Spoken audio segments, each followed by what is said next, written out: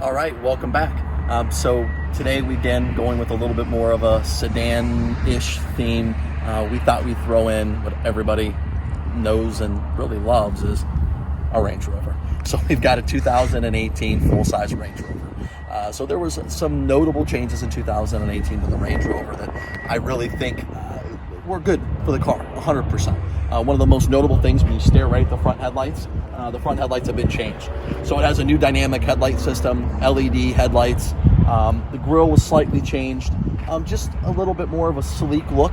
I'm definitely a fan of it. So this Range Rover, unlike most, this is a long wheelbase, which, it goes into the point where, so I'm about 6 foot.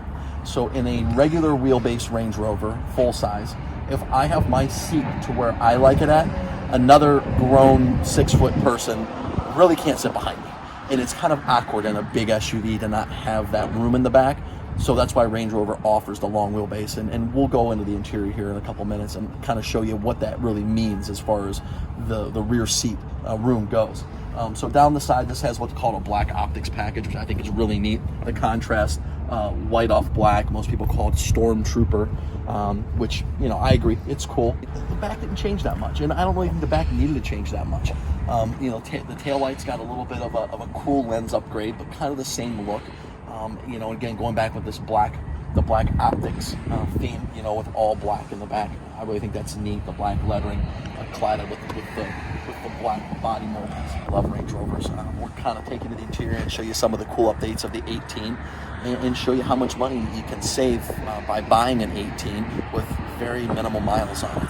This vehicle was a little over $120,000 when purchased new.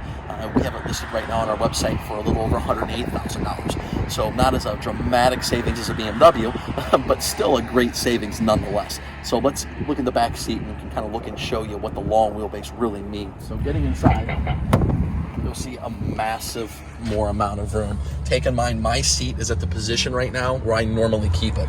So for another person my height to get inside of here, I have, in the words of the Step Brothers movie, I have so many room for activities. I can do so much stuff back here. Of course, we have the center console in the back. This is something else unique to the long wheelbase with a cubby hole back here.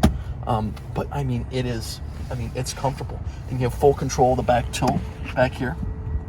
So, you can actually be a full-size adult and be back here and go and be comfortable. Which is what I like about the long wheelbase. If this was a short wheelbase, my knees, and relative to the seat, I'd be eating my knees in the back of the seat right now. So for those that are looking at the Range Rovers and considering, do I do a long wheelbase, do I not do a long wheelbase? One of the things, that you're not going to get, and we'll show you the cargo room, you're not going to get that much more cargo room. Another cool, unique thing about the Range Rovers, which I love, is the drop-down tailgate. That's awesome. That's really nice. So your cargo room, compared to a standard Range Rover, really isn't that much. It's not that big of a difference. So let's go in up front and let's look at all the cool things that Range Rover did, which they did a lot to the interior, and go over those.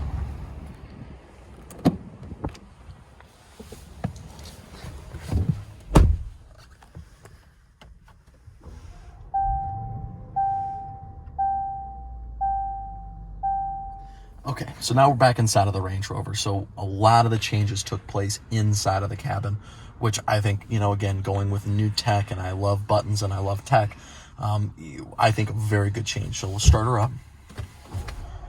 So right away you can see the steering wheel, and I'm sure Ken will do a shot of it before and after. So this is all black when the car is off. When you turn it on, it all goes up and shows you all of the settings for the vehicle. Heated steering wheel, your cruise control, all the menu options. And of course the instrument cluster now is completely TFT, which again, I've talked about in the BMW, I've talked about in other cars. I really love it. I think, the bright display of the screen, all the information and how you can customize it. I think it's a lot like your cell phone, which, again, most people are on their cell phones a lot of the time during the day, so it makes it a little more user-friendly and a lot more pleasing to the eye. Other cool things is everything in here now is all touchscreen, which is, I think, cool, some fun stuff, so you get to your vehicle, the display screen for the vehicle, you can look at your different settings for your rotary knob. So this vehicle is very off-road capable, as most people really I think they know but don't realize, like, this vehicle literally can go right off the road just like the G-Wagons. They are actually meant for it. But I still do like the fact that they have some user input devices. You know, like, again, this changes your terrain settings, so you still get the terrain settings here, but you can turn them in here. Again, love it. Since day one when they came out this, I still love this. This is a very cool and unique way to have the gear selector. That being said, let's put it in drive and let her go.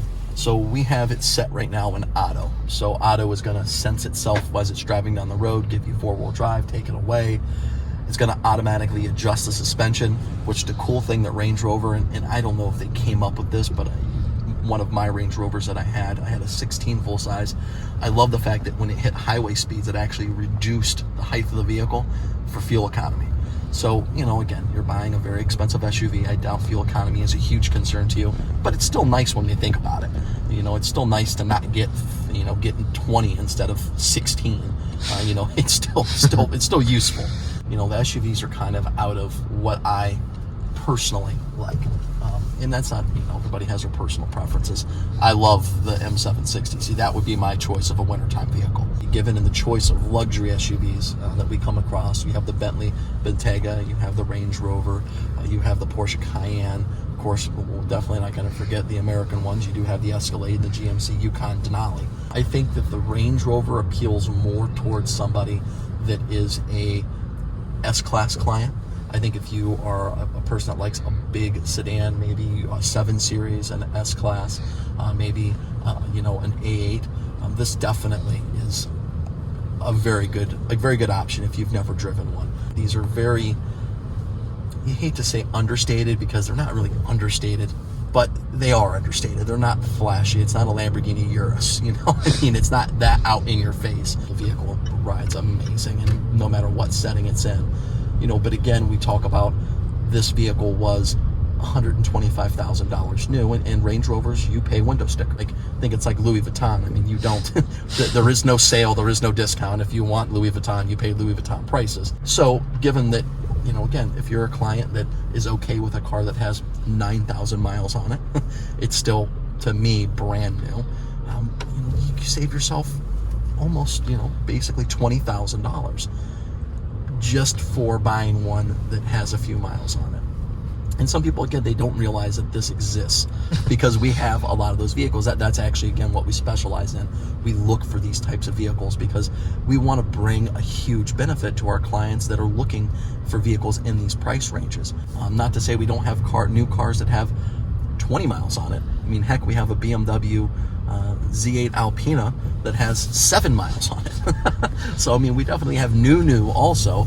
But, you know, again, getting back into that area of 100 to, you know, really 70 to $150,000, you know, what would I put in my garage? And I got to say, you know, again, given it has to be an SUV, you know, I'm definitely one of my choices. So, you know, of course, a couple things that I don't like about the Range Rover. One thing, it really isn't even about being a Range Rover, but they're just big. So they're kind of big and clumsy, which has nothing to do with anything of ride quality or comfort at all. They're just a clumsy vehicle. Two, I'm with Kenan. I do like all this stuff, but, you know, the black piano wood, it's gonna scratch. So given that you're like me, I mean, that you're probably gonna have to find someone to put some protectant on that. The one thing that I've never really cared for about Range Rover is the sound system. So this Meridian sound system, and McLaren uses it, I think and I'm not going to use the word horrible. I mean, it's very good. But again, comparatively to the 7 Series sound system, or, you know, Bang & Olufsen sound systems, or really, I mean, honestly, even the Escalade Bose sound system, which is amazing. I think people discredit the Bose sound system way more than they should. You know, the sound system to me is lackluster. Even though it definitely is good, it's got an integrated subwoofer that they actually put into the vehicle while the chassis is being made. So I mean, they thought it out, don't get me wrong, but, you know, again, I think it's just somewhat of a downside of just the Meridian sound. Some people may like it, some people may not. Some people like vanilla ice cream, some people like chocolate. So until next time, if you guys have any questions, you can always follow me on Instagram, Arthur the Car Guy, and you can email me at ak@mgmsl.com, or by all means call the dealership, get on our website, check out our inventory, and until next time, we will see you.